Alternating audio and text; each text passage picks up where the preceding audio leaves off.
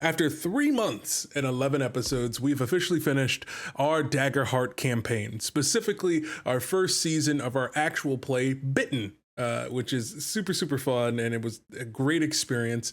And I'm just here today to talk about what that experience was like using Daggerheart for a show and officially really delving into Daggerheart as a system. But before we continue, if you end up enjoying this video, please feel free to leave a like, and if you want to keep seeing this face again, go ahead and hit subscribe. I would greatly appreciate it. Set the bell icon to all. Does that even matter anymore? Does the algorithm even care about that anymore? Anyways, I would greatly appreciate you coming back to watch more videos like this. And also thank you to my amazing patrons over on Patreon. It means a lot. Every little bit counts, and it's pay whatever you like over there. And even if you subscribe for free, there will be content there for you. And if you pay, you get content early. So that's awesome. But with that being said, let's jump into this discussion. As a quick setup, our show is called Bitten. It is a campaign that uses Daggerheart as the system, and the story is about your classic fantasy setting. However, it takes place during a zombie apocalypse. Something about this strain of the virus is resistant to magic, as well as any form of medicinal or like natural cure. So it's ran rampant. Within the first episode, you were introduced to all of our characters, and then in the second episode, it's a 20-year time jump. The first episode is about the day of the outbreak, and it's like little mini vignettes of all of our characters and what they were doing on the day of the outbreak. So that was the initial setup that we had, and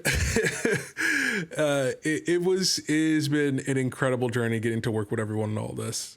Johnny is our GM, who is talking XP over on YouTube. I'm pretty sure if you're subscribed to me, you're probably subscribed to them. They have amazing guides that they've done for Daggerheart thus far, which is just absolutely incredible. So they were a wonderful GM to have and to go on this journey with. But we didn't go into this journey alone. Cujo from Crit Hit Chronicles was the joint producing partner in this, and he's absolutely terrific in his role. He played a sorcerer as a part of our party composition. I ended up playing a war mage wizard. I think they call it the war mage subclass, I believe. So that's what I ended up playing. And then my other companions for the show, we have the Noir Enigma, absolutely fantastic. Ended up playing a rogue, Meadow. She ended up playing the Seraph, which is like their mix of the paladin and the cleric. And then last but certainly not least, Kelly ended up playing a ranger. So that was our party composition going into things. And overall, like, I loved the story that we got to tell using this, and Daggerheart worked so well with this story. Like, if we're just looking at things on like a broad general scale, right? The hope and fear mechanic in working in a story with the zombie apocalypse worked very, very well, right? It just created this perfect amount of tension whenever it was necessary, because the GM could always use the fear at the right moments to enhance the story at just the right times. And even though a hope and fear system is something that's been done before in TTRPGs, look, it's nothing new under the sun of what we're talking about here. Regardless, simplicity can be effective, right? Just because something's not complex and there's not 17,000 different systems that are working in tandem in order to create the system, just the simplicity of the hope and fear system added so much weight to the narrative, to the gameplay, and to just generally every single aspect of how we approach the game. So that was, in a broad scale, Daggerheart worked really, really well for that. And it's funny because one of the things that you keep hearing that's kind of pushed about Daggerheart is how the system is, it's narrative driven. And to a certain degree, yeah, that is true. But also there is so much room for the tactical and the crunchiness of it. Don't get it twisted. If you're someone like me who came from D&D and you love the nature of mixing the narrative with the tactical, you can do that. there is a sufficient amount of crunchiness that goes into things. Even at level 1, we felt like there was always something to do on our turns, right? Or at least speaking for me personally. Playing as a wizard, there was always a spell I wanted to cast. There's always something I wanted to use my hope for, or something I wanted to risk in order to gain more, gain more hope. Or heck, even if I rolled with fear as a war mage, I end up dealing more damage as a part of like the subclass's feature. So like overall, like as I was playing, I felt rewarded for being engaged, and I had so many tools at my disposal throughout the whole entire episodes, all 11 episodes. We went from episode from 1 to 11, we went from level 1 to 4 by the end of the story. And so over that course of time, like even as we're leveling up, and now as I'm looking at us being level 4 by the time we go into season 2, I'm in this interesting situation now where tactically I have to think about, actually, is it going to be better for me to start stockpiling hope and holding on to it? Like, yes, the team attacks are great. That's always an option, but it's like, well, I can spend 2 hope to twin my attack, but then I can also then spend like a couple more hope to get some extra damage of casting like a magic missile at the same time as I'm casting a fireball. Like there is so much that you can do tactically within the game and with the mechanics, and it gets heavier very quickly. Like the amount of things that you can do and the options that you have for spending your hope and spending your resources, or even if you don't have any resources, those options stack up very quickly. So it's really engaging in that regard. And I think one of the things that's like, it's a part of their marketing push because they're trying to get the Critical Role fan base into it. But like, if you are someone who loves to like optimize, be an optimancer and like get into the crunchiness, I think there is something there for us. Like, I think there is something there to that degree that you can really dig into and sink your teeth in. But I think one of the biggest things about this system, especially as we've seen in playing this as a show, there is a high level of trust that is required, right? There is a high level of needing to communicate and present things in good faith, or the system will not work. And granted, you can say that generally about any system, and this kind of leads into the only gripe that I have about Daggerheart. The descriptions of abilities and spells in this game are very vague. Very vague. Now, that's a good thing in the sense that your imagination can run wild with how you want to describe things and give you a lot of flexibility on how you want to use your abilities, right? So like I had a level 1 ability called Ice Spike, where I summoned a spike of ice. Doesn't say how big it is and all that sort of stuff, but because there was that trust between the GM and I, right? Mechanically, it has a DC that I had to hit in order for the spell to activate. I think it was like 13 or 12 or something like that, right?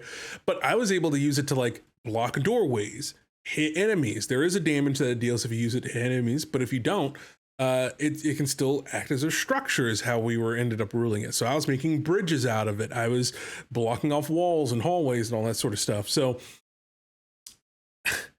if you are someone who likes to try to get over on the GM, get over on the other players, try to pull tricks and all that sort of stuff, and not in the way of like surprise people like, oh, I came up with something, let's try this, of like, my joy comes from like screwing over other people, it's not gonna work. It's not gonna work. Friendships will be ended. I can see it. Like in my mind's eye, I can see the D&D or the Daggerheart horror stories subreddit piling up with people trying to do bad faith moves and interpretations of things. And because things are so vaguely written in how they work, because they want to give you that freedom in describing how things work. I think where the vagueness mechanically can get frustrating, that we found as like a couple of pain points as Johnny and I were going through and looking at some of my spell casting capabilities, is that oftentimes it would not tell you about like durations for abilities. It wouldn't tell you about like it would imply like, hey, you can use this as a structure, you can use this as this or that. But it's like, okay, then how do we get rid of it? How do we destroy it, right? If I create a wall of ice, right, that blocks off a doorway, how many hits does it take, or how can it be destroyed? And you may say like, well, Daniel, they're trying to keep it vague. Here's the problem with that. There are two other examples of other spells that I now have access to or have had access to where it tells you how it could be removed, right? So let's say I cast down a runic circle that like as soon as enemies get nearby it, they bounce back. That's an ability I have. However, the GM can spend a fear at any time to get rid of it. So that's one way to deal with it, right? For certain effects like that, certain temporary effects. But then you also have things like constructs that you can summon where they take any amount of damage and they're destroyed, right?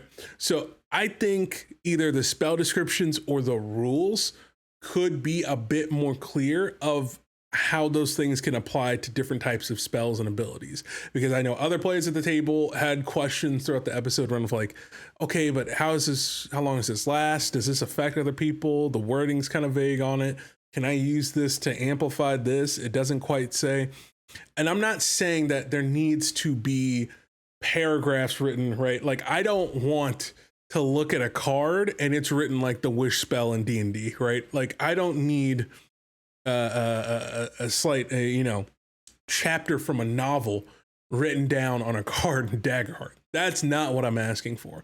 I just think in certain scenarios, it would benefit them from just adding that one sentence of, hey, this thing disappears if it takes any damage, or just having it more clear in the rules of, hey, if it doesn't have a set effect of when it ends, it can be removed at any time with fear. I think those would help smooth out some of the pain points that we were experiencing during our run, right?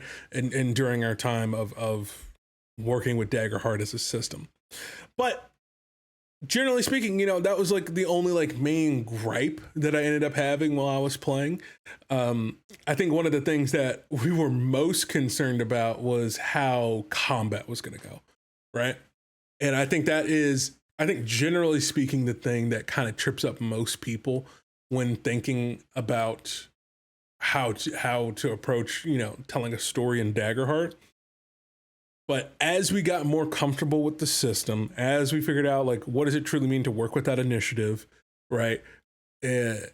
What I found was it forced me to have a lot more restraint as someone who, when playing D&D, it gets to my turn, I'm trying to bonus action this, reaction that, and then I activate this, and this triggers that. And it forces me to take a step back, since there is an initiative, and collaborate with my team. And it's not really hogging a spotlight in a turn-based system, right? Because, it's your turn. You have the spotlight. It's your turn in initiative. You go, do whatever you can to make a big splash. But when you take away the initiative and combat fully becomes more collaborative, like you could watch all of our combats as the show evolves, as our tactics change from being, I sit at this corner and do this attack, right? I sit here and do my attacks, cast my buffs, and I just sit there and do that.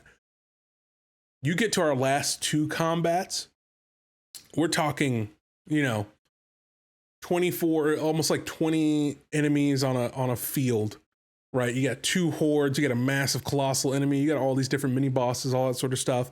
There's 5 of us going, and now our turns are looking like, okay, I cast down this runic ward that creates this shield around my friend, right? I use a stress. I'm not rolling any dice, so it doesn't pass a turn. What do you want to do? I'm going to cast this spell. Is there anything else anyone wants to do in case it goes to fear? Actually, yeah, let me go ahead and set up this ability, which will let me to do whatever, right? And then I'll be like, okay, well then I'll spend 2 hope so that your attack can be twinned, like casting twin spell on someone, or like, or haste or something like that. it becomes entirely different, right? Like it's so engaging in that regard of when everyone's talking and collaborating, and then you have those moments where it's like, okay, but we need to hard give the spotlight to somebody to try something, you know? And surprisingly enough, what we ended up finding is that once we got more comfortable with the system and that aspect of it, combat went by faster. Like it was still intense, it was still engaging, it was still well paced. The GM could control the pacing of it for how they wanted to use fear to make enemies stronger, grant different debuffs on us, right? Like, and like hit us hard, right? There was so much there that was happening mechanically that we were bouncing through in between each other. But it ended up going by a lot quicker the more we got comfortable with the system. And granted, that could happen, you know, with, you know, playing D&D and things like that. But genuinely, I really, really enjoy not having that initiative. And you would think that it's like, oh, okay, well, then the GM's going to get steamrolled, but not really. Like, yes, our most powerful attacker, the team attacks, but that costs 3 hope. And you might be losing hope because the GM's using an ability. You might lose hope because someone needs to heal, right? And so when someone does do something big like that and uses all the hope, it becomes this big moment. But the GM still has a lot of control. And if a player rolls with fear, it's the whole entire enemy's turn. They get to go and do all of their stuff. So immediately combat can start flipping, and it never, at least in the way that it was designed by our game master, combat never felt like a sure bet. The threat of death was always present. The threat of, hey, he could end up on a roll of just stomping through us, or we could keep rolling with fear and keep tossing the turns. It created such great tension and such great storytelling that was this big slog back and forth, but surprisingly went very fast. Again, like when we had that combat that was like about 20 plus enemies, we still, we started at 8. We're normally there for like 3.5, 4 hours for recording an episode. We still had, after that massive combat, and we started the episode basically in that combat, we still had almost an hour, hour and a half left of just conversations and role play and narrative. So I was genuinely surprised by the end of it of how fast combat was moving, which was really exciting. And being in combat and playing as a wizard was so fun. And that was, I think that's one of the best things about the system is there are the limitations of the you know, fear and hope and all that sort of stuff. So there is still those rail guards in the way, so that creativity has to happen within certain rails. But I had a surprising amount of freedom with crafting this character.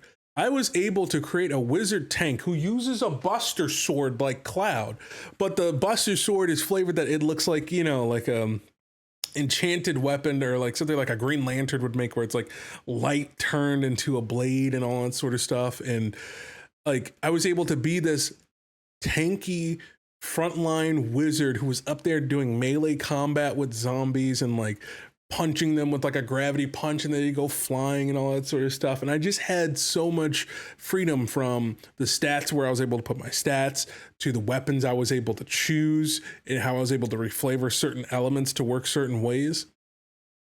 Absolute cinema. So it was fun, man. It was so fun. And I was worried about how that build would feel after, because when we initially started, we started with the beta, right? But we recorded our first episode before the release of Daggerheart officially. So we were recording off of the beta content. Upon release, the armor system completely changed.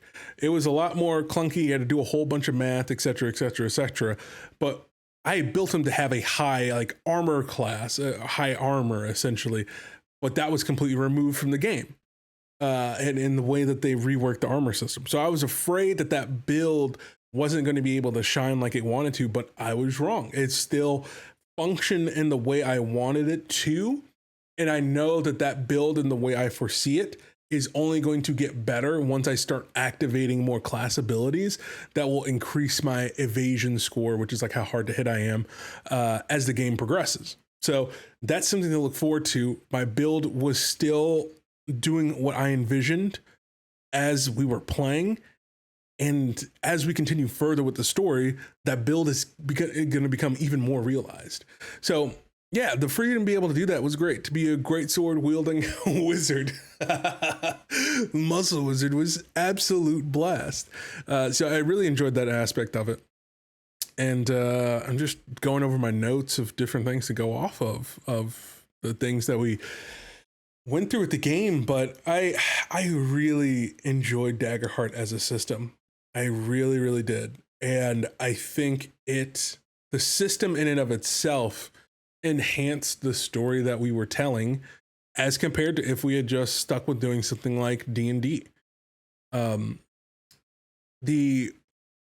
really want to emphasize that the fear and hope system played such a huge role in our role play and in our combat of like exploring what does it mean to fight when your character has a high stress and is out of hope completely. What does that mean? And like, what does it mean to then have to rely on others to have to pick up from where you're slacking? And it was beautiful. Like we got to tell such an incredible story. And yes, that system was a part of that. And I think it helped enhance that. But listen, I gotta talk that talk. All right. We put on a good show. Okay. We put on a good show. Dare I say, one of the best actual plays out there in terms of just the storytelling, the acting, the role play, the use of the mechanics in and of itself of the system that we were using.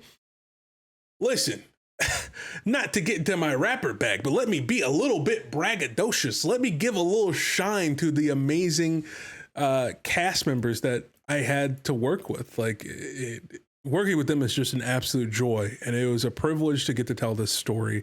And there's a reason like we were like crying at like the end of episode 11, and we're also emotional because we've all been a part of a whole bunch of productions, both good and really, really bad.